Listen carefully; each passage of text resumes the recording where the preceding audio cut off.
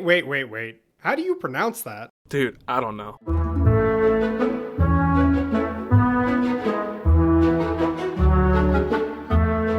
What's up, guys? Tonight,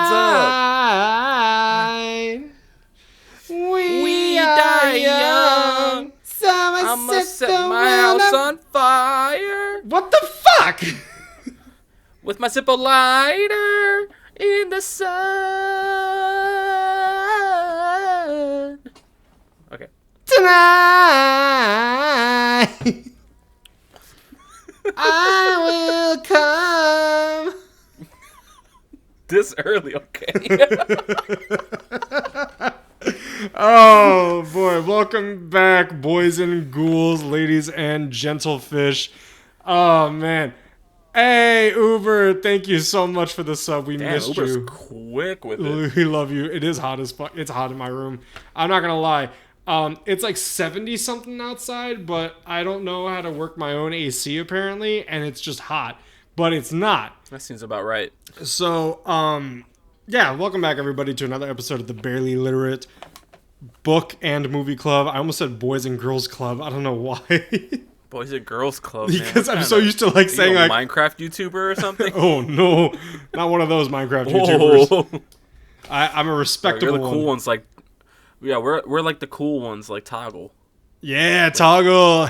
Yeah. Shout out. Shout out to Toggle, you British bean, you redheaded lion, you. I don't like holding down things to activate them. I like to just toggle it. Shit! I see what you did there. I see what you did there. Kind of like toggling sprint in a video game. I hate when it's hold down sprint. I hate when it's when I open up a game and it's set default to like toggle aim down sights. That's the only time I don't like toggle. Wait, you want to click so you don't have to hold it? No. I don't like when it's default toggling. I like just holding it down for aim down sights. Oh, wait. Yeah, it's clicking now. It's clicking like Lego pieces. I might have gotten mixed up on what toggle means. Okay. Wait a minute. I'm stupid. Well, we're gonna quickly. Buddy. You're not stupid. You're just less smart. I'm smart inept. We're gonna get into it rather quickly. I have a fun activity for us to do at the top of this episode. But before we do that, let's knock out the movies for this week. So, Okay. what did you watch this week? This week, you're gonna be proud of me here. I pulled a Chris. I watched 3 movies this week. 3? Yeah. Damn. I watched Ted. I watched Ted 2, and this movie Ted called 3. Brooklyn. Oh. Brooklyn. This movie called Brooklyn. Brooklyn was a sad movie. I kind of cried a little bit. Was it set in Queens? No. Oh, that's a shame. They kind of missed an opportunity there. But all right, we all know what Ted 1 and 2 is. It's just like a stupid Family Guy live action movie with a teddy bear that smokes pot and drinks. You ever think he beat off in front of the bear? Oh, 100%. Think he ever used the bear? No. I would have used the bear. I would have used him. You know, he sounded like the main villain of that. It's like, I want a Ted of my own. They'll love me always. I love the guy from Saving Private Ryan. Giovanni Ribisi. He's great. I originally know him from Friends. Isn't that crazy? He was in Friends? Yeah, he played Phoebe's brother. You know what's crazy? Ask Mercedes. Giovanni Ribisi was in Saving Private Ryan. David Schwimmer was in Band of Brothers. Yup. And what's the connection? Tom Hanks. Boom. Actually, no, both were just directed by Steven Spielberg, so... I was just going to say World War II in general, but... Okay, so Brooklyn. Tell me about Brooklyn. Okay, Brooklyn. Brooklyn is about an Irish girl who is immigrating to the U.S. I'm already disconnected. Leaving her... I have no set of Irish in me. No, me neither. But, yeah, she's like, it takes place in like the 40s or 50s. Okay. The 50s. And she's just leaving Ireland just to start a new life by herself. Like, she's leaving her mom and sister behind. Damn. And starting a new life in Brooklyn. She just left her family like that. Yeah, staying in a boarding house type deal. The boarding mother is played by Mrs. Weasley. Didn't catch that till halfway through the film. Whoa, that's a long time to not catch that. No, she had black hair. I was not. I was like, why she look? You know familiar? what? I understand that because you don't realize that she's also in Mamma Mia with brown hair. Yeah, Yeah. right. And with the brown hair, it's easier to recognize. Well, in the But with second one, black she has hair, I was like, white hair too, so you're just like, oh damn. yeah, that's just aging. But yeah, no, she's and it's just like it's a story about like homesickness, essentially. Like she's like missing Ireland for like a good chunk of the movie. Tries dating and stuff. Like I don't know if you want me to spoil it or not. I'm never gonna see it. Okay, so at the end of the movie, essentially, she goes back to Ireland to visit her mom because her sister died. How did the sister die? Sickness. Just She a just, sickness. like an illness, and they didn't A specify serious which one. plot point of the movie, and they're just like, she had a cold.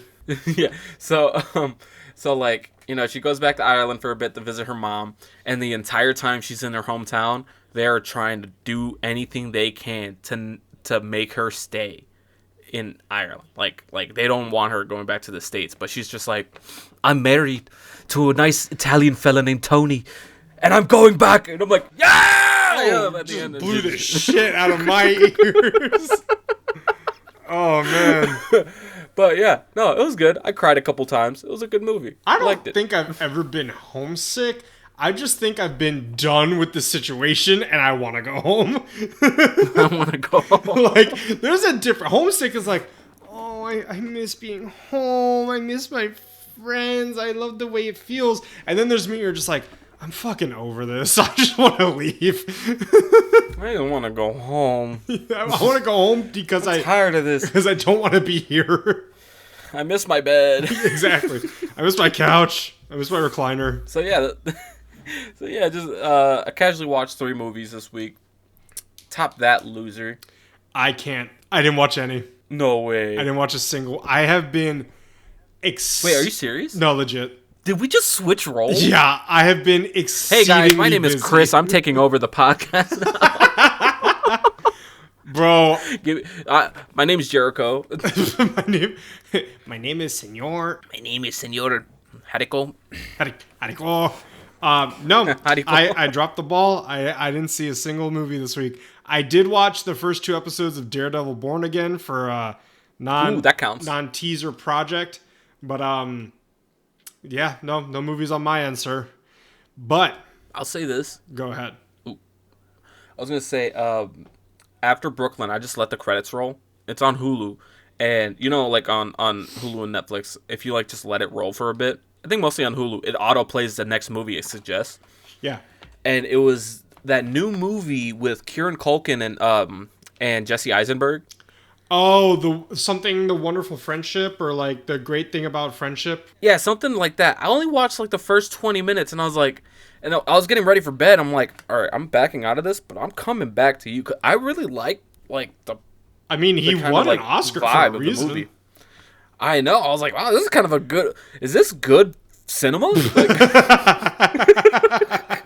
It's a very nice treat when you get a movie that unexpectedly has like little to no consequences in it. You know what I mean? Because Yeah. you're watching something that you don't have to stress out about. yeah, it's like, oh, the world's not at stake here. It's just a friendship. Like nobody's kind of gonna die. Even the friendship's not gonna Yeah. end, and you're just like, okay, Right. I'm more here for the ride. It's a nice slice of life kind of experience. I get what you talking about. Yeah. So But nothing like too dramatic either, like the fucking marriage story with Adam Driver and Scarlett. every day Johansson. I wake up and I wish you were dead. Yeah, that movie stressed me out. I never saw it. I only saw clips. I was like, Jesus, I don't even want to watch this. I hope your family fucking dies, or something like that. I don't know. Okay, so I have an activity for us, and it is called, and I'm gonna give credit to my sister to introduce me to this game. We played it over the holiday. It is called Don't Break the Chain. Now, I'm gonna lay out the rules for you guys. I'll break my chain right now. Don't tempt me. I and my lovely assistant Nick here I'm lovely. My co-host, not my assistant. Assistants do things, guys. I am the bad one's a lovely, lovely bad one. I forgot about that shit. Okay, so I will pick a movie, and Nick will pick a movie. But we cannot say the movies until we're both ready. So, when we're both ready, we'll say it at the same time, and then the goal of the game is to chain the movies together by finding actors who have shared experiences. So it just has to be like it's specifically actors, not genre of the movie. No, it is specifically actors. So okay, that's good to know. That's good to know. For an example, movie A and movie B. We have character 1 was in a movie. That movie had a character that was in another movie. That movie had a character that was in movie B. So if you can see it, there is like a chain forming of different actors. So for example, I said V for Vendetta to like Ghostbusters, right? Here's the chain. V for Vendetta has John Hurt. John Hurt was an Alien. Alien had Sigourney Weaver. Sigourney Weaver was in Ghostbusters. Okay. So that's... I'm not going to do well in this game. So that's the game. All right. Now, let's take some time. I'll probably cut it down. All right. Let's think of a movie. Okay. Do you have one? All right, I'm ready. Okay. I don't have one yet. No rush. Shit, you're putting me on the spot. I don't have a... All right, fuck it. Ready? 3, 2, 1. The Birdcage. Inglourious Bastards. Ooh! Okay. Let's figure this out. So... Ooh. Probably the best way that we're going to be able to go is in The Birdcage, we have Robin Williams. Now, in Inglourious Bastards, we got Brad Pitt. We've got BJ Novak. We got Eli Roth. We got, who else is, Christoph Waltz. Ooh, Mike Myers. Okay. Michael Fassbender. Who else is in that? Okay. I am not good with actors. So let's go the route of... Let's do Brad Pitt. Let's try to figure out a route with Brad Pitt. So Brad Pitt to Robin Williams. It's going to be a toughie. It is going to be a toughie. Okay, Brad Pitt was in...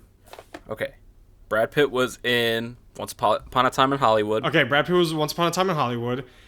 Leonardo DiCaprio to... Oh, this is... Okay. Oh, shit. Leonardo DiCaprio to Good Will Hunting. To Good Will Hunting with... Oh, wait, he's in Good Will Hunting! Williams.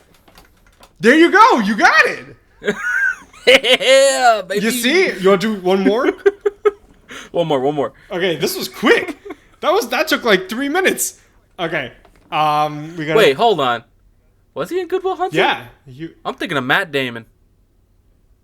I'm thinking of Dead Poets Society. No, Good Will Hunting. Wait a minute. Robin Williams was in Good Will Hunting.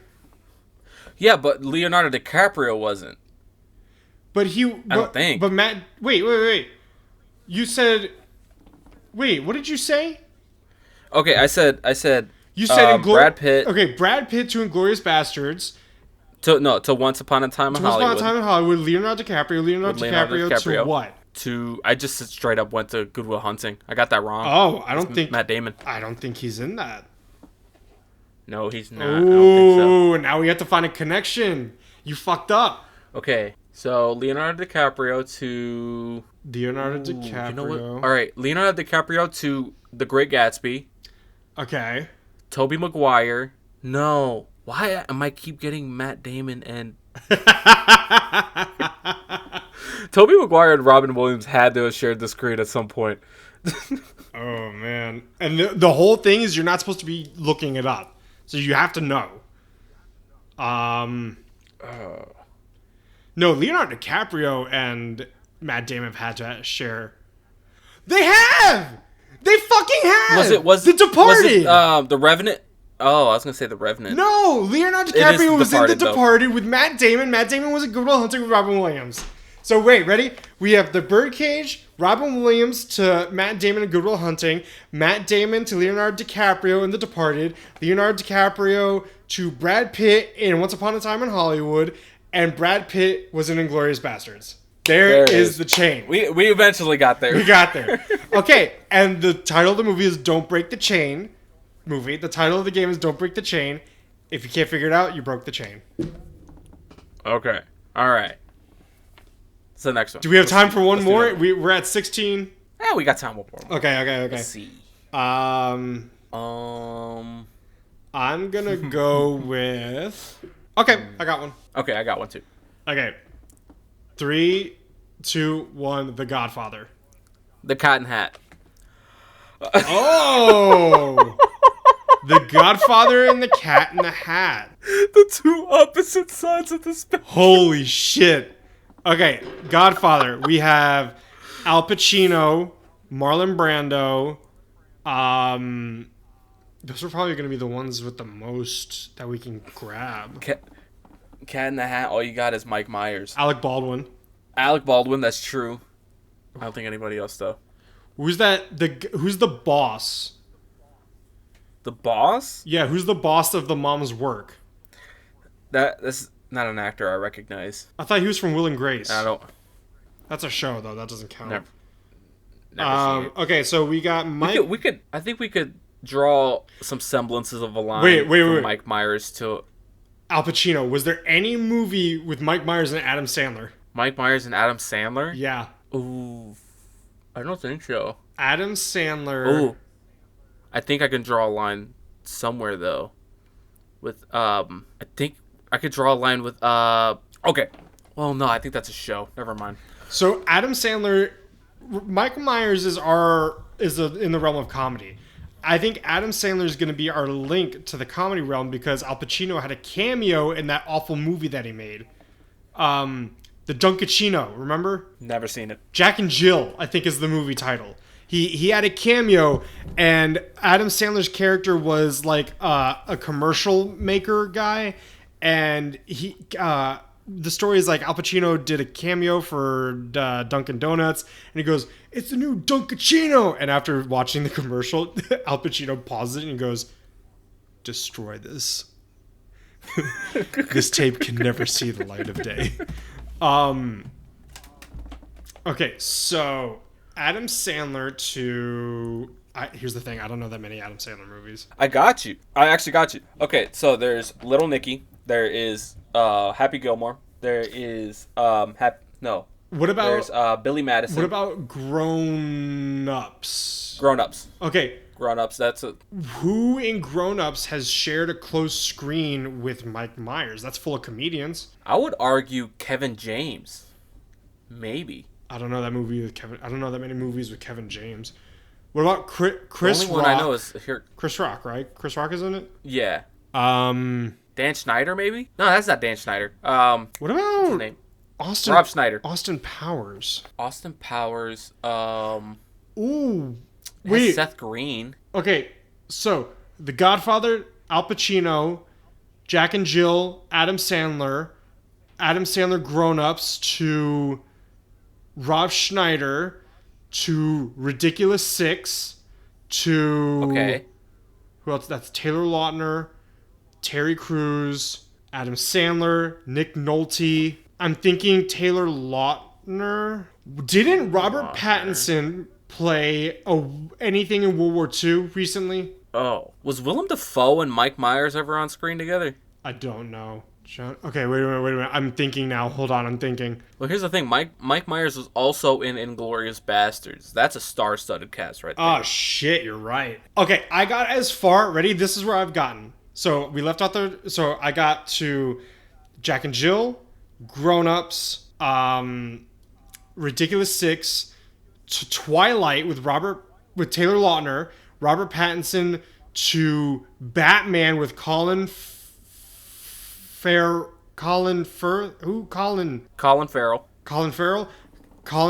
Yeah. To Fantastic Beasts with Johnny Depp. Okay. Johnny Depp and Mike Myers have had to have been in a movie together. Johnny Depp and... This is taking too long. This is. Oh wait, Johnny Depp he was in 21 Jump Street. 21 Jump Street, but who can we pull Any from links that? there?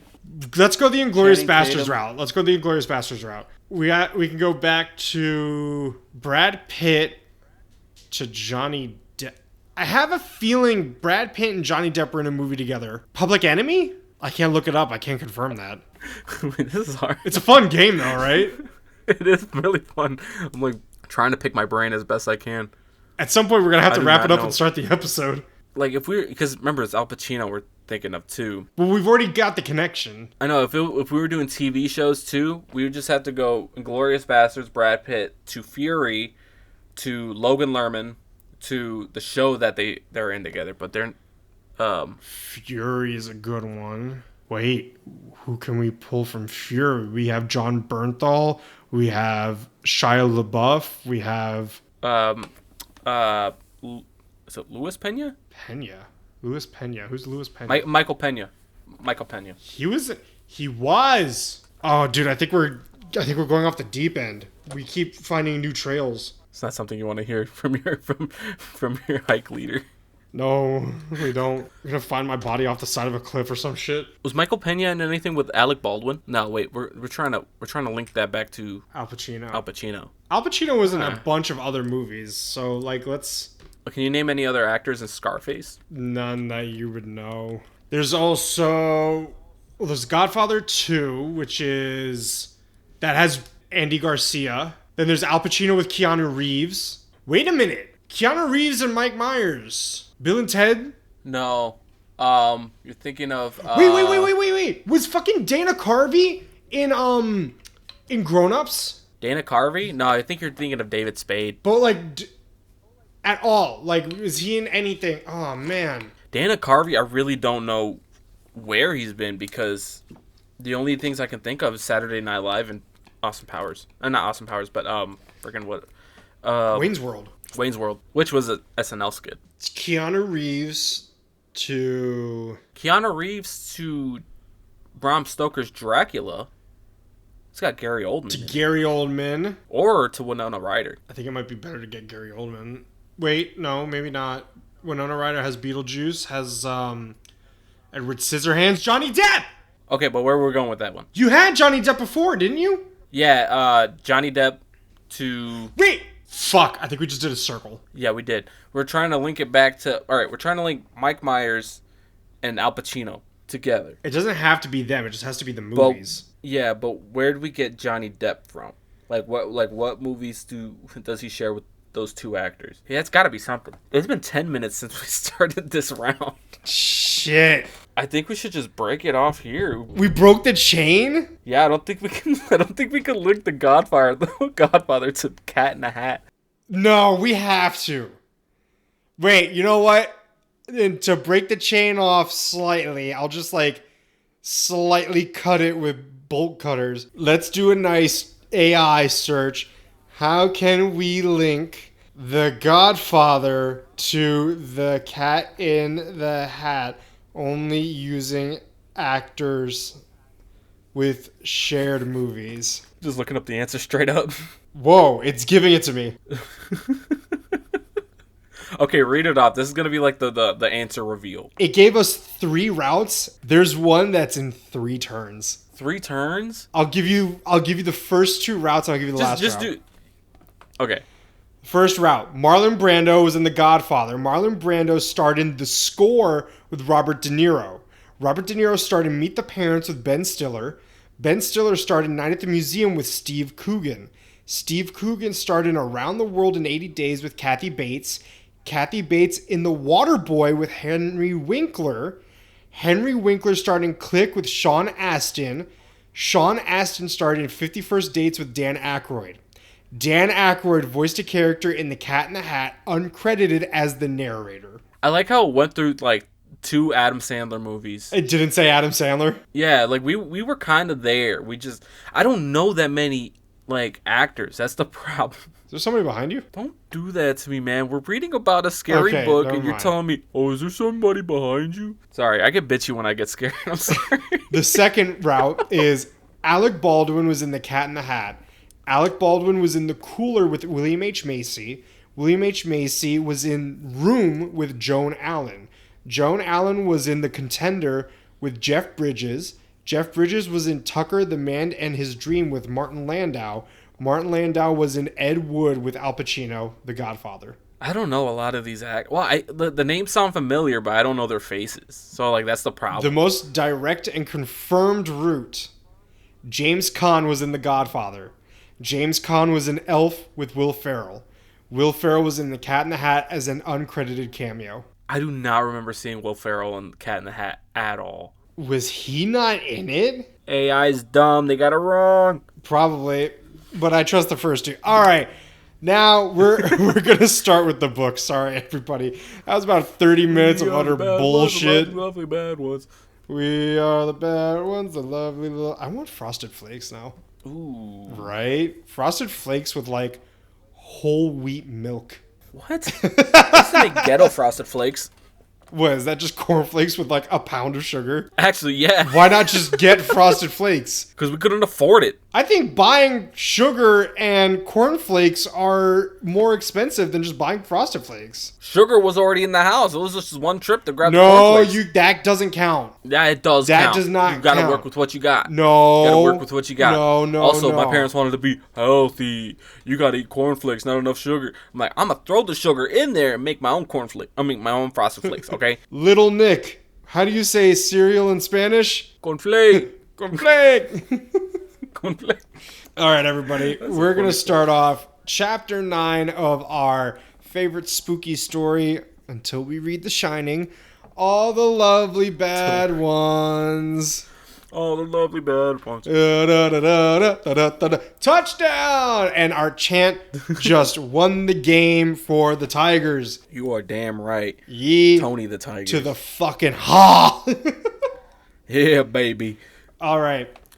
Well... Should I get started? Yeah, he's going to take the summary for chapter 9. Do you have anything you want to touch on before we get into this? Well, I kind of want to start this off with somebody should start a tally with how many times I'm gonna fuck up the summary.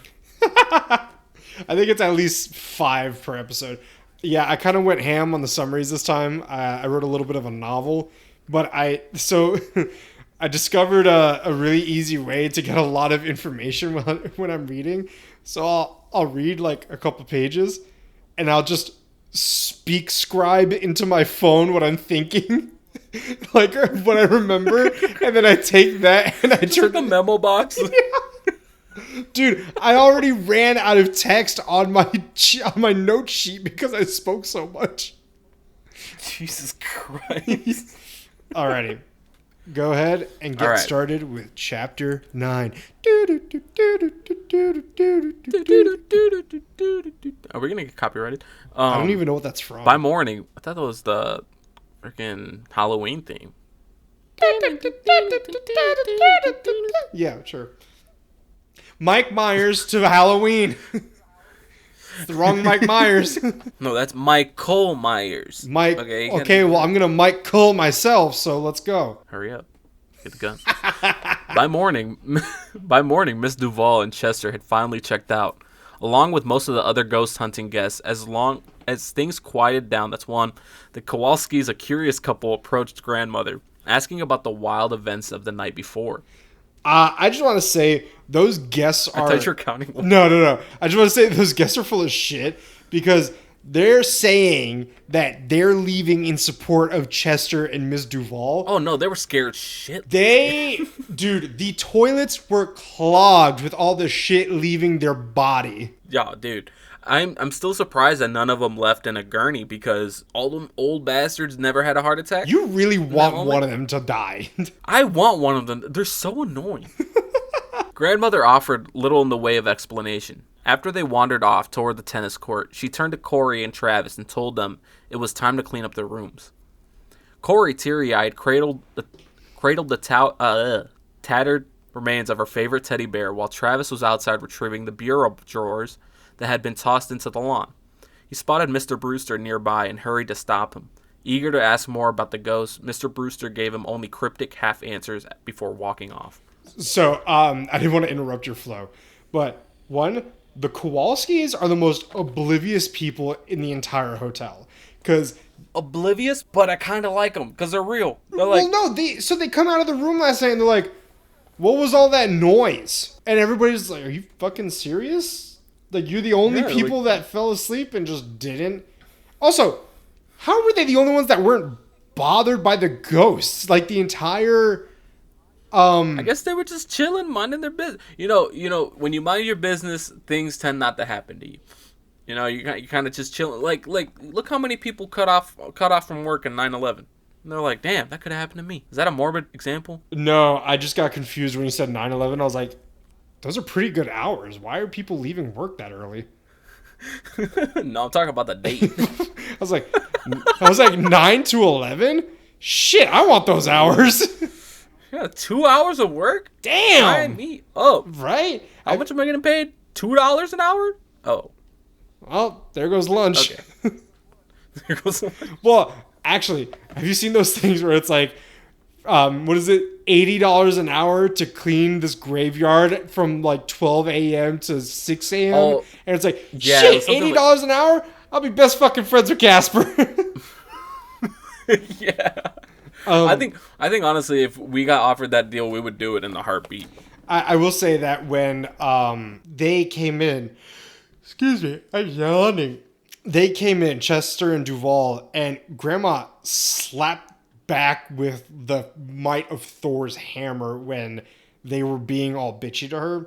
And I'm not gonna lie, I kind of didn't really like. I'm jumping ahead. Continue. Yeah. Okay. Let me continue. With more questions than before, Travis collected his drawers and to return to the inn.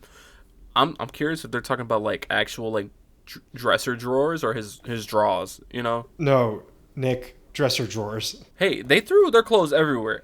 I'm just asking questions. I think he would have said like underwear. A short while later, the front desk bell rang. Grandmother looked up to Duval and Chester once again, this time to settle the bill. Their conversation was terse. Terse? Where'd you get terse from? Their conversation was what? Terse. Terse? That's like tense. Did you mean tense? I'm gonna look at what terse means. Did you just mean the type tense? No. Terse means being brief and to the point. Okay, yeah, sure. Okay. I looked it up. The conversation was terse. Just say the conversation was short. Terse. Okay, whatever. The conversation was terse. Chester smugly announced that he had already emailed his associates to share the findings of his stay. Grandmother warned him in no uncertain terms, if the inn's name was mentioned publicly, legal action would follow. Hell yeah, Grandmama. Yeah, that's what was the slapback. He was like, I swear to God, I'll sue the shit out of you. She will. And then he was talking about some shit like, oh, that's censorship. I don't think it's really censorship if you just don't want your business being put out like that. Like, you have like some consent. Can't she claim like slander? No. Slander? No, wait, what's the difference? It's slander, libel. What's libel? Is that like the Bible? No, slander's spoken, libel's print. You got that from fucking Spider-Man. I did, but it's fucking legit. Thank you, J.K. Simmons. You gotta do the delivery right. It's just like I resent that. No, that's slander's spoken. In print, it's called libel. Hey, I'm gonna be honest. What is it? J. Jonah Jameson. He's a real motherfucker. Like he's real. No, because remember that time? We're gonna get into a tangent. Remember that time when Green Goblin came in asking for Spider-Man? Green Goblin showed up. He's like, "Who took the pictures of Spider-Man?" And he's like, "I don't know." Yeah, that was really. Just mail it in. I was like that because he's like always giving Peter a hard time. But then when his actual life is on the line, he's like, I don't fucking know. Yeah, no, like he's like Peter's just also, a kid. I'm not gonna give this. MJ can eat shit. Get out of here, Kristen Dunst. MJ in Spider-Man is Jenny to Forrest Gump. Okay, Peter should have gotten with Gwen Stacy. No, with that Greek girl. Nah, dude. She was so sweet. She was really sweet. It's just like, you know, I like Gwen as just the overall love interest for Spider-Man. I like Gwen Stacy more. She just matches the vibe. No, I'm talking about the movie. Gwen Stacy didn't even have a personality in Spider-Man. Let's be real, okay? Maybe Betty Brant. Maybe the girl with the mop. I just really like. I don't even know if she's Greek or not, but I just really liked her. She was very nice. She was very sweet to Peter. She made him fucking. She made cookies. No, she made cookies. She fed him chocolate cake and stuff like that. And she was so nice. Yeah. Tangent over. Continue. Peter just fumbles. Peter's fumble. No, he's a fucking cock and balls. Like. At lunch, grandmother, Corey, and Travis sat together in the dining room. Tracy approached hesitantly, revealing that her mother wanted her to come home after everything that had happened. Did you skip somebody? Did you skip like 5 words? No, I just said them weird. Okay, so one thing, I really don't like how Grandma was treating Tracy at the breakfast. Listen, Tracy's mom was like, I don't like the situation that my daughter's in. I want to bring her home. She didn't talk to Grandma directly, but she was telling Tracy, like, hey, I want you to come home. Because that sounds sketchy as hell. And Tracy, 16-year-old girl, is like obviously starting to lose her mind. She's getting scared out of everything. She, like, granted, the shadows are real, but she's like, I'm seeing shadows out of the corner of my eyes, and when I look at them, they're gone. I can't sleep at night. And I'm like, this girl is going insane. And Grandma's like, how dare you leave me, you little bitch. And I didn't read it more like that. I read it more like Grandma trying to put on like the old lady, like, you wouldn't leave me before we were about to be like really busy. I really need you, and like that kind of manipulation there. You know what? I also kind of got of like the older people vibe, which I also agree with. Was like, oh, you made a commitment, like stick it out. You know what I mean? Yeah. But no, she was being, because not only was Grandma like doing that, she was also being dismissive to Tracy's fears, for lack of a better word, because she was like saying all this shit, and Grandma's like, yeah, but you're staying, right? Stop thinking like that. Be sensible. I'm thinking about it like this too. Maya's turning 16 this year. Holy shit. I can't imagine Maya she's going off to the countryside to like help with this inn. And shit's going down over there, and the old lady there's like, no, Maya, you have to stay here and help us out. I'm throwing hands with the old lady and picking Maya up. I've thrown hands with an old lady before. I'll do it again, okay? I kind of forgot like what book we were reading. I go, when is Maya going on a farm to work with people? What the fuck? I cannot see her even stepping foot in a grassy field. She was thinking about working at a farm that had alpacas, but then my dad told her that the alpacas would spit at her, and she said no. Okay, of course. Where did I leave off of? At lunch, grandmother and Travis. Okay. Tracy approached hesitantly, revealing that her mother wanted her to come home after everything that had happened. Tracy, clearly shaken, said she kept catching glimpses of strength. Shut the fuck up. Catching glimpses of strange things just out of the corner of her eye. Grandmother, done entertaining ghost stories, stood abruptly and left the table. The moment she exited, Tracy poured herself a glass of water. As the liquid spilled onto the table, a ghostly whisper floated through the air. Clumsy, sloppy girl. No. Suddenly... Wasn't it like a lower pitched one? She's like, clumsy, sloppy girl. Like some shit like that. That's higher. Fuck you. It's a higher pitch. Clumsy, sloppy girl. Suddenly, chaos erupted in the dining room. Plates clattered to the floor, silverware flew through the air, napkins danced violently. It's like a goddamn scene from the Haunted Mansion. An unseen force hurled a pitcher of water over Mrs. Brewster. Drenched and furious, she bellowed, "Behave, bad ones, behave!" I always imagine Mr. and Mrs. Brewster having, like English accents. Like, maybe, like, Cockney a little bit. I don't know why I always pictured you know the famous painting American Gothic?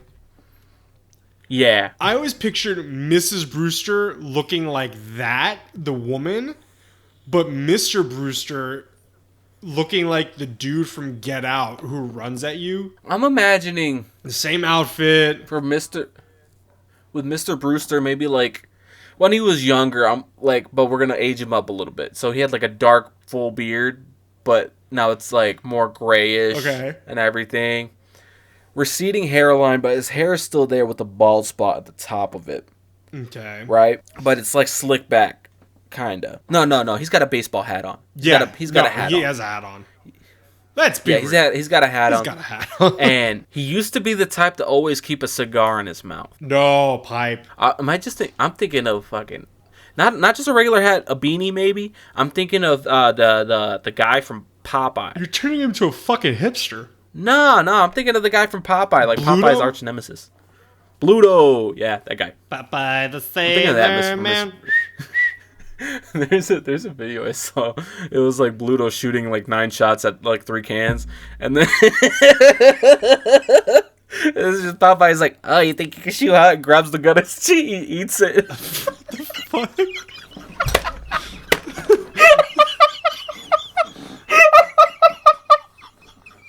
He really said, "Oh, you think you can shoot hot?" Eats the gun. That's like the same energy as, "Oh, so you better call an ambulance, but not for me." Yeah. Okay, so continue. She quickly sent one of the children to find Mr. Brewster, shouting that it was worse than before. He stormed in moments later to find the room wrecked, his wife soaked, and Tracy crying in the corner.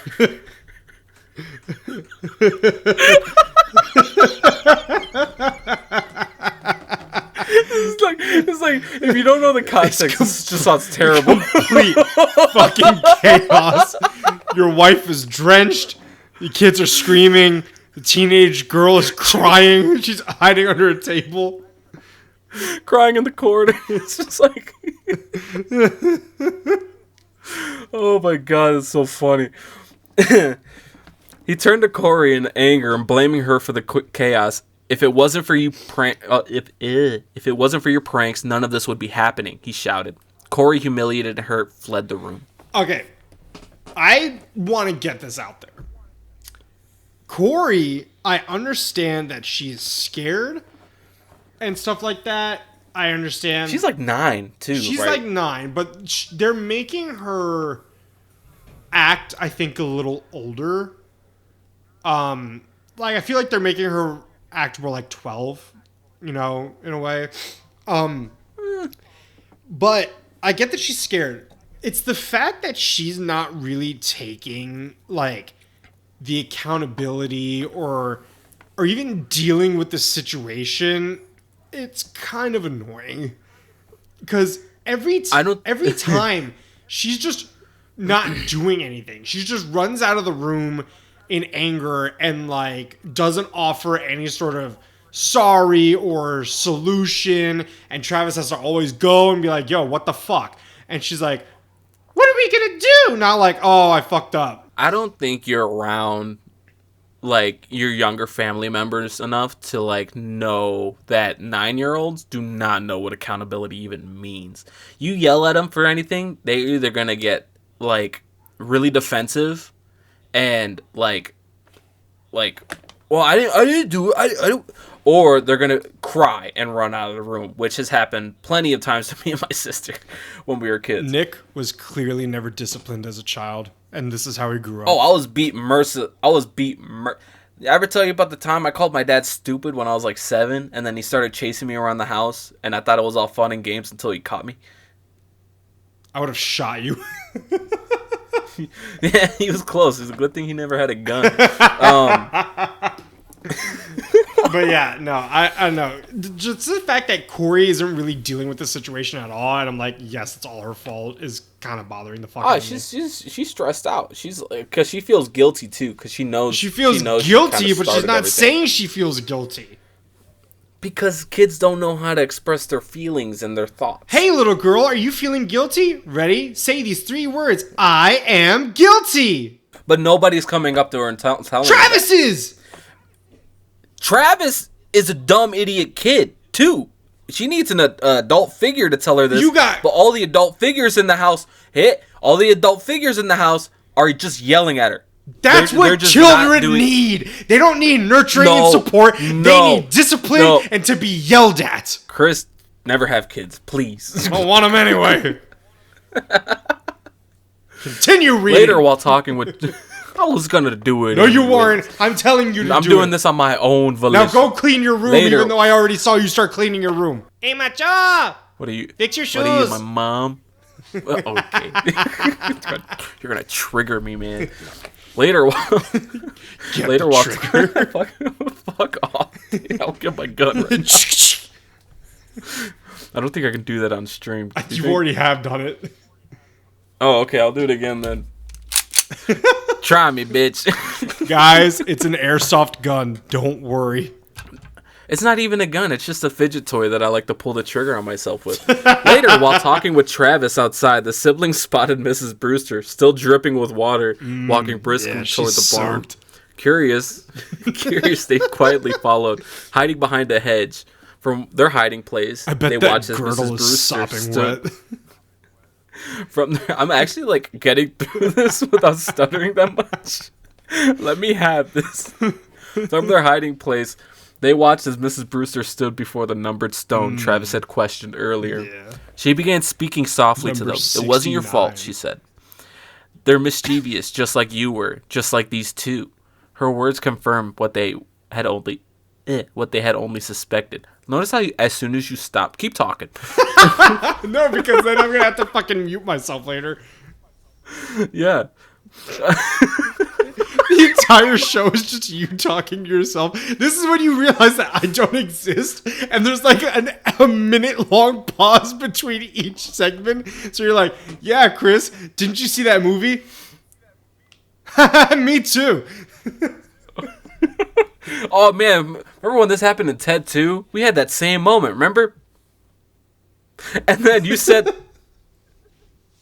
yeah, and then, dude, stop interrupting. Okay, I get it. Nick has this like fantasy, not fantasy. He has this like mental hang-up Theory. It's this theory. that I don't really exist, and he. Wait, say that, because I'm trying to get it out. The theory is that Chris doesn't actually exist, and then like all these forums like my parents are just in on it. They just stop like kind of like being worried. We're just enabling like the mental illness that our son has.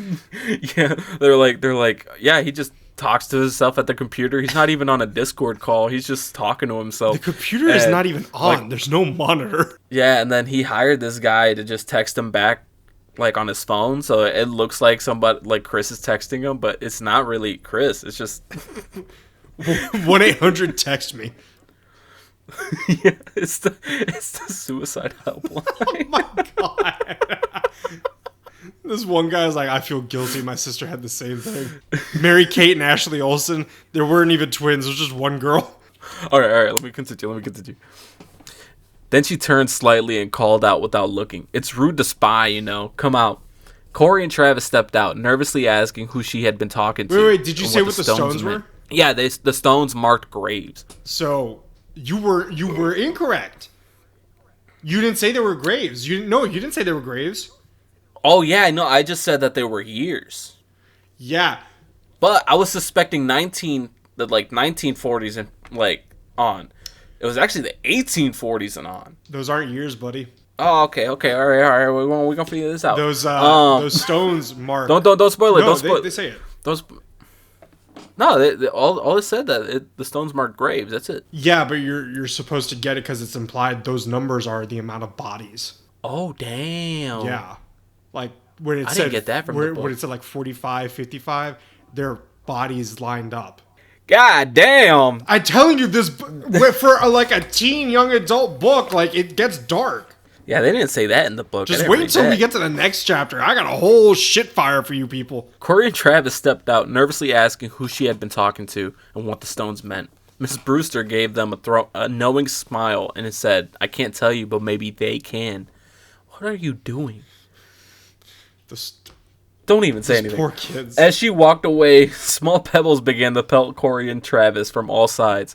Invisible forces yanked at their clothes, slapped their arms, and poked their ribs. With yelps and panic, they turned and sprinted back to the house, chased by laughter of unseen children. Dun, dun, dun, dun, dun, dun, dun, dun.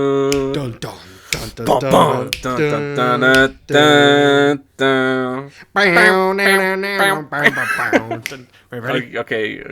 In a criminal justice system, Sexually based offenses are considered especially heinous. In New York City, the dedicated detectives who investigate these vicious felonies are members of an elite squad known as the Special Victims Unit. These are their stories. Bum, bum, bum, bum, bum, bum. Dun, dun, dun, dun. All right, well, that was chapter 9, and it's starting to get pretty spoopy, you know. It's getting a little spoopy. I'm still not like... I'm like imagining myself in this situation as like it's scary. But like I'm not getting like physically scared. You know, but it's definitely like haunting. Ooh, You know what I mean? shit. You got my tits perky for that one. I like that. Shit. So, yeah, how would you say you're starting to feel now when you're reading? Are you at least getting like a sense of atmosphere or like something, or not really? I am.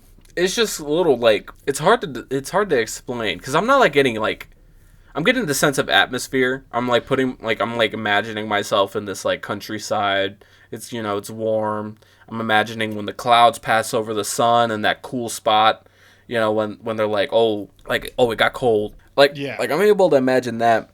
But I think in the next chapter I kind of imagine it more once things start going like haywire for a second. We'll get into it. Okay. But in the next chapter I will say like that kind of excerpt that they went through is just like I was like, oh shit. Yeah. I started to like understand the backstory a little bit more. So, is there anything else before you want to get into chapter 10? Nope. Nope, not at all. Right, so we're just gonna dive on in. Dive on in, head first into the shallow end. That's how I always did it. Hell yeah, that's why you got chipped toofs. Yep. Definitely not because I hit my head on the table on purpose. Wait, what? Trying to make a joke. Is that actually how it happened? Yeah. I thought Bridget hit you. No, I hit my head on the table. I was trying to make a joke, and then I backfired. I missed my arms. I was trying to hit my head on my arms, and I missed, and my mouth was open. I hit the table. Was the joke worth it? No, it really wasn't. Okay. Now I got a lifelong deformity. Yeah, but you're fine with it. Yeah, they keep offering to fix it. I was like, it's a personality trait. Yeah, it's not like you're lazy. It's like it's. Yeah, no, that one I gotta conk my head a little bit to fix. I'll donkey punch you. Falcon punch. It just makes it worse. I don't even.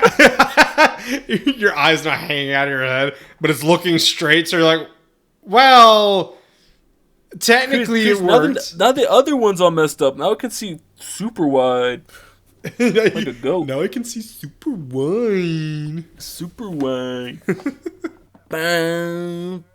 Boom. Why'd you There's slow a lot down? of dead air. I'm trying to fill the air, dude. Okay, fuck off. Keep emptying it. Keep killing it. I'm gonna kill you if you don't let me start. Is that a promise? Yeah. Okay. Or just another empty threat? I'll show you an empty threat. I'll blow my. What? Okay. My balls are named Threat, and I'm gonna show them fully empty. No, it'd be like, oh, I got a vasectomy. It's an empty threat now. I'm gonna get you pregnant. That's an empty threat. I want to get you pregnant. All right. Damn, I kind of want to get a vasectomy now. That joke. All right. Chapter 10. Let me adjust myself. Chapter 10. I should get a new chair. Shut up. Chapter 10 for the fourth time. After the terrifying assault from the ghosts, Travis and Corey stumbled breathlessly into the library. The sun... I don't know what you're doing. Okay. Hyperventilating. The sun had slipped behind a thick blanket of clouds, casting long shadows across the room. Everything felt colder now, heavier, as if the house itself was holding its breath. Damn. I like the way that feels. Corey. Shut up. Corey dropped to the floor, exhausted and shaken. Travis, still buzzing with adrenaline, paced through the shelves, hoping for answers, or at least a distraction. As he trailed... Listen, sorry, I forgot to put my hand up. Teacher, what kind of adolescent tweens get panicked by a ghost and then show up in the library and start acting like they want to read? Because if it was me, I'd be running to the nearest town over trying to get a drink. What kind of bar is going to serve a teenager? I don't know. We're in the country. They can serve anybody here. I mean, that was probably the safest place in the house. They spent, a couple... That's true. They're like, oh shit, we just got to get inside, and they just happen to go to the library. I will say, like, all right. Again, when I hear the library, I'm picturing the old library in my elementary school, right? And that place was cozy. I'm picturing... So I can imagine... Go for it. No, I was gonna say, like, I can imagine, like, say I'm like running from a ghost and I'm in that old school. I'm running to that library because it's the coziest spot I can find. I'm picturing like a very grandiose library, like dark wood, volumes on the walls, like a ladder to get up. That's like a leather armchair. Yeah, there's like God rays coming through because there's so much dust in there. Yeah, like some stained glass. I'm picturing. Yeah. Again, I'm picturing the Haunted Mansion library. Travis, still buzzing with adrenaline, paced through the shelves, hoping for answers or at least a distraction. As he trailed his fingers along the dusty spines of the books, something small hit the floor with a soft thump. A thin pamphlet, aged and yellowing, had somehow been dislodged from the shelves. Its title was printed in faded ink, The Strange History of Fox Hill, as recorded by the Reverend William Plaistow. Okay, I just think it's kind of cool now. The ghosts are helping the kids kind of like understand what's happening, or like the history. Yeah, you're kind of getting more of an understanding that the bad ones, the kid ghosts, are like misunderstood. They're really not. They're misunderstood. That's the perfect word. And like low-key, they don't want to be awake, but they're trying to get somebody's attention so they can get some help. Yeah, in a way. Well, then why didn't fucking Mr. and Mrs. Brewster just do something about it in the first place instead of being a bunch of bitches and be like, those kids started it, and they're gonna fucking eat it. Yeah, the Brewsters seem very, like, neglectful in that way. They seem very much like, I want to say I told you so before I help you. Yeah. Either that or they don't want to go through the work to try to put them to sleep. Because they mention, like, oh, like, they're gonna go down on their own kind of thing. They're gonna wait it out. And they're not really trying to put in the effort. And I think that might be a reason why the kid ghosts bully Mrs. Brewster a lot, because she just yells, she scolds at him. Yeah, she's an old lady. She understands most of the time. Yeah. Travis picked it up and carefully flipped to the section that seemed marked by time, as though someone or something wanted them to see it. So, go for it. I like the description of marked by time. You can really like picture it. Yeah, like it automatically just opened up to that. You could see like the folds are like, it's crinkled. Yeah. The edges of the paper are like a little bit frayed in a way. Yeah. Yeah. So I'm going to take a significant portion of my summary to actually read to you guys what was in this pamphlet that Travis was reading. So it starts off, by the way, directly from the book. I wrote this shit out, and it was annoying. This treatise is dedicated to those who suffered poor farm, especially, if I may borrow a few lines from Greenleaf Whittier, the children. The happy ones and sad ones, the sober and the silent ones, the boisterous and glad ones, the good ones, and yes, the good ones too, and all the lovely bad ones. Yes, Nick? I told you them kids be drinking because they mentioned the sober ones, and if they're sober ones, that implies the drunk ones. So there are kids drinking in this county, and I'm telling you, the age limit is non-existent. Ow! I hit my funny. Okay, that was a sign for me to shut the fuck up. Yeah, I don't think sober is used in that context. Damn. Continuing from the pamphlet. Built in 1778, Fox Hill Farm was originally the home of Jedediah Cooper. Unfortunately, Jedediah's great-grandson, Charles Cooper, amassed enormous gambling debts, Nick, which made it impossible for him to pay his property taxes, Nick.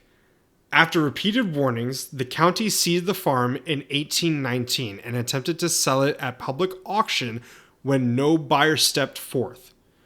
The county put the property to use as a poor farm in 1821. Mr. Cornelius Jaggs was appointed overseer of the poor farm. He chose his sister, Miss Ada Jaggs, to supervise the children. These two Just sounds like a bitch. Yeah, Ada Jaggs, like Ada Jag. yeah. Get out of here. These two ran Fox Hill for the next 20 years. Apparently, their harsh, perhaps even cruel treatment of the helpless people in their care eventually caused an outcry from the local populace. After a hearing in 1841, the two were dismissed from their positions and the poor farm was shut down.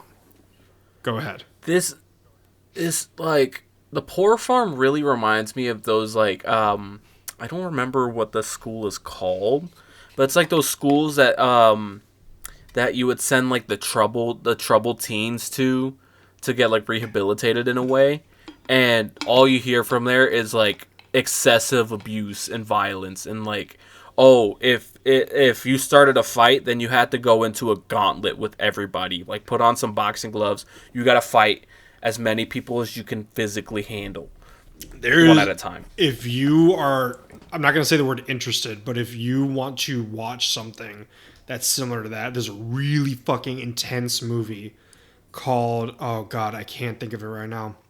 It's called Dog Pound from 2010. It's a UK thriller, and oh shit, it's like kind of harrowing. It's pretty good.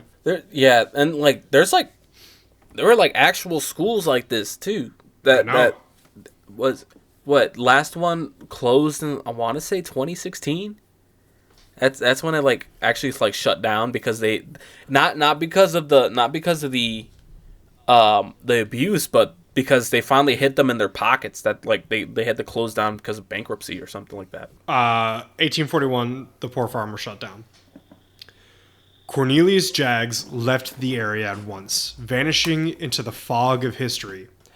Deserted by her brother, Ada Jaggs hanged herself in a grove of trees not far from the house. Bing, bing, bing. Hanging out. Light bulb. Ada Jaggs is buried at Fox Hill, along with many poor souls who suffered and died on the farm. What? Just a ding, ding, ding, light bulb. I took that as like, oh, I'm gonna try that. No, it was me going, oh, that's the grove of trees. Yeah, no. That's what I thought too when I read it, but I was just thinking when you actually read that. What is it? Isn't it like when Gru goes, light bulb? Light bulb. Ada Jaggs is buried at Fox Hill, along with many poor souls who suffered and died on the farm. Among her dead companions are at least a dozen boys whom she singled out for her most severe punishments. Guilty of no more than normal high spirits, these boys, my lovely bad ones, had their lives cut short by a cruel and wicked woman. Told you she was a bitch. Fucking bitch. So... yeah, fuck you, Ada Jaggs. After reading... more like Ada Jagoff. Sorry, I'll stop. Ada jagging these nuts across your grove of trees. So after reading the pamphlet, the room grew silent, cold, and almost sad as three ghosts made themselves appear before Travis and Corey. They were three young boys, and they introduced themselves as Caleb, Ira, and Seth. So, oh shit, we got names now. Like, it's no longer the bad ones, all the lovely bad ones. It's Caleb, Ira, and Seth. They're kind of... the CIS. Yeah, they're kind of chosen to be like the spokesperson or the spokespeople for like the rest of the ghosts. I don't remember if they give a reason why, as like they don't want them to be seen or they don't have like the power to materialize themselves yet. I take it as, I think 3 ghosts is a good number. It's not overwhelming, but it's enough to like gauge like the different. No, but I'm saying like why it? specifically these 3? Oh, they're probably just like elected officials, kind of. One of them was 9. It said like Caleb was like the oldest. Seth was like the most immature, and he was the one that liked to play a bunch of pranks. And Ira was like a little ginger kid. They said that like he had red curly hair. Yeah. I don't know. Maybe it's like purely based on like, maybe it's like a morality thing. There's neutral good, neutral evil, chaotic. I would say Seth is the chaotic, lawful, neutral, and chaotic. I don't have that chart memorized. Okay, so you get where I'm saying. Yeah. Going, so as introductions were made, Grandma entered the library looking for Corey and Travis. It was clear that the ghosts could only be seen by certain people, as Grandma seemed completely unaware of their presence, just like the Kowalskis. So Grandma told them that dinner was ready, and the children made their way to the dining room. One thing that kind of like pissed me off, and I'll tell you in a second. So as they sat down, Travis began to see the 3 ghosts again, right? And obviously they were up to no good. One caused a window to fly open. Another kept stealing Mrs. Kowalski's napkin, forcing Mrs. Brewster to repeatedly bring her a new one. And then the last one, I think it was Seth, the like crazy one, he dropped a mouse onto a new set of guests' like table as they were eating. Yeah, that one. If I knew a ghost did that, I'd be very mad at that ghost. Well, you can't. But I don't know if a ghost did that, so now I'm just like, I want to leave. You can't really threaten the ghost. Yeah. I don't understand how Grandma can just like go back to believing that nothing ever happened. You know, she's acting. Yeah, she's acting like none of it ever occurred, and that's annoying. She's playing ignorance. It's not. Yeah, I guess she is playing ignorance, but like, I truly think that she believes now, but she's like, I don't want them to know that I believe, or like I know what I saw type shit. Maybe out of spite. Yeah, probably out of spite. Not like malicious spite, but like that generation has like they need to have the final say. They need to be right. You know what I mean? That, and honestly, if I was Grandma, I would rather die than admit that that Chester and Mrs. Duval were right. Okay, like listen. Well, no, okay, I would admit that there was something there, but I would never give Chester and Duval the satisfaction because they're just fucking crocs. Yeah. Dinner basically descends into absolute chaos until Mrs. Brewster seemingly addresses the ghost children and bellows, "Behave, bad ones, behave." And then, as the chapter comes to an end, Corey noticed that Mrs. Brewster could see the ghosts as well. Also, Tracy's fucking gone. Tracy, oh yeah, Tracy dipped out. Tracy dipped out, and it was said that she would come back to help with like the bus load of senior citizens, but after that she's like, I'm fucking done. Yeah, I don't blame her either. If I'm going crazy, I want to go home. Yeah, I want to go crazy in my own bed. Yeah, exactly. And my question now is, because obviously we knew that Mr. and Mrs. Brewster knew all along about these ghosts. Yeah. Can Mr. Brewster see the ghosts as well? First question. Okay. And also, so I think it's implied that Mr. and Mrs. Brewster were there, and I think they might have been involved in putting the ghosts to sleep before. I'm going to say yes because I do think it was implied. With the Mr. Brewster question, I think also yes because, once again, they've probably... Like, I'm giving you the answer of me reading, not me remembering the actual answer. Next question. Do you think Mrs. Brewster is kind of embodying the energy of Ada Jags to kind of try to keep this ghost under control? Maybe that's why she's so cold and stern. I don't think she's trying to embody the energy of Ada Jags. I think the ghosts are seeing her as like another... Not like, oh, a reincarnation, but like a similar character type of Ada. Because like, once again, she's an older woman that has power over them, and she's kind of trying to control them.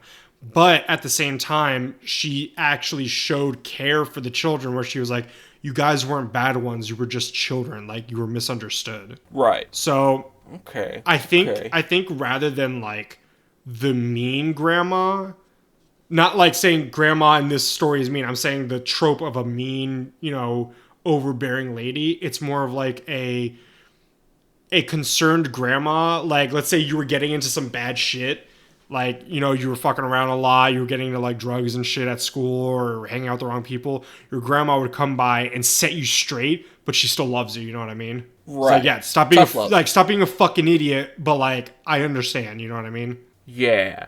Okay. All right. I'm picking up what you're putting down. What else you got for me? Like, I can answer because I'm the fucking writer of the book. Let's see. He's got nothing. All right. Good night, everybody. No, I got nothing. I was gonna say, are the ghosts really the bad ones, or was it the friends that we made along the way? Come on, man. I think I really want to end the episode now. Okay. All right. I was just trying to be quirky and fun, and you're just Have you seen yucking my yum.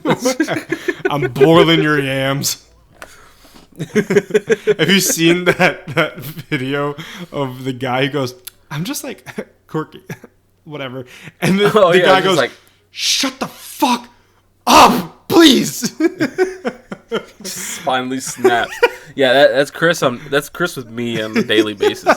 I'm just a quirky guy. Shut the fuck up, please. I've been watching SpongeBob again, and dude, his crash outs are so great. Oh, they are always reasonable too. Yeah. Like the other day, I saw the one where they're making the Mermaid Man and Marco Boy movie, and Patrick was like, "Yeah, this is a lens cap," and SpongeBob goes, "Did you just put that on?" He goes, "No, I didn't want to lose it, so I put it there before we started filming." And he like rips the ground up and starts eating worms, and everybody's like, "Oh shit!" The one I always go to is when like Squidward's been staying at SpongeBob's house because Squidward got fired. he just picks up Mr. Krabs and starts shaking him. He's like, "You." I rewind. You crustaceous cheapskate. He goes, "You crustaceous cheapskate! Squidward's been living at my house driving me crazy, and you're not gonna hire him back all because of a stupid dime!" And then like the big ass dime falls out of Mr. Krabs' pocket. And then he goes, "That's a dime?" I love when you're like thrown into reality in the show, because one, you really don't hear SpongeBob say stupid. So he's like, you're not gonna hire him back all because of a stupid dime. And then when he goes, "That's a dime?" Oh god. You realize how old Mr. Krabs really is, because goddamn. Yeah, exactly. All right, everybody. Well, I think that pretty much sums it up for tonight. We had a few good men, a few good chapters. A few good men. That's a movie, I'm pretty sure. Oh, that was my Saturday night. So, what was I gonna say? Okay, yeah, let's just clown it out. Let's just close it out. Let's clown it out.